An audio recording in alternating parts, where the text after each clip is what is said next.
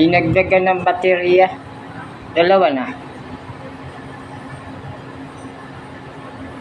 Pero dapat malaki yung sprocket niya sa motor eh. Mai-convert sa medyo malaking sprocket yung motor. Medyo maliit lang kasi yung sprocket niya. Ayan o. Pero kung ito medyo lalaki pa ng konti ang sprocket nito. Ito para pag-arangkada. Para ano, parang ito pag-arangkada. Yan.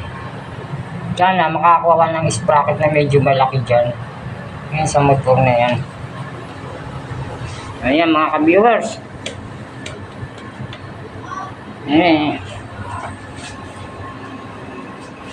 Yun lang ang problema mga ka-viewers, yung sprocket ng motor eh. Kung pwedeng laki-lakihan pa yun para sa arangkada.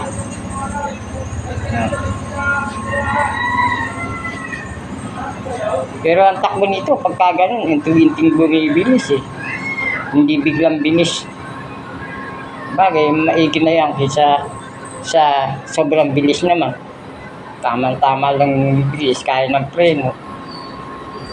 Ligtas pa sa aksidente. So ganun lang ka-viewers, di naman pwedeng super bilis yan. Diba? Hinahinay lang tayo sa kalsada mga ka-viewers. Yan. Sa bagay, kung mas maigi na yung medyo ingat tayo sa pagpapatakbo para hindi iwas tayo sa disgrasya. Paano mga ka-viewers? Ito, ang update dito, nagdagdag ng baterya eh. Ayan, dalawa na yung battery niya. Ayan. Parang medyo nahirapan kasi siya sa arangkada. Kailangan, ano pa, dahan-dahan siya. Pero tumatakbo naman. Okay na. Yan mga ka-viewers. Yan. Ganyan eh. Hindi ko naman pwedeng upgrade to ng sobrang bilis. Dahil yung mga parts ng bisikleta eh, ano lang eh, maninipis lang.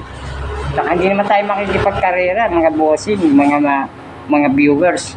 Yung ano lang, takbong pogi lang. Nang sa ganun niligtas tayo.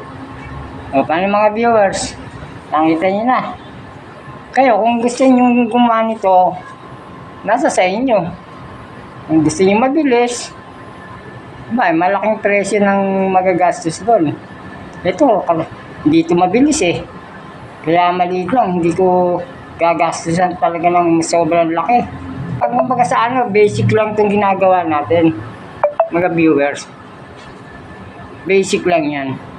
Para kung umimbento ka man ng talagang electric bike na 3 wheels, yung mga pambigatan ba, ang karga, meron ka ng susubaybayan. So, paano mga viewers, nandito na lang tayo. Magandang umaga sa inyong lahat. Bye!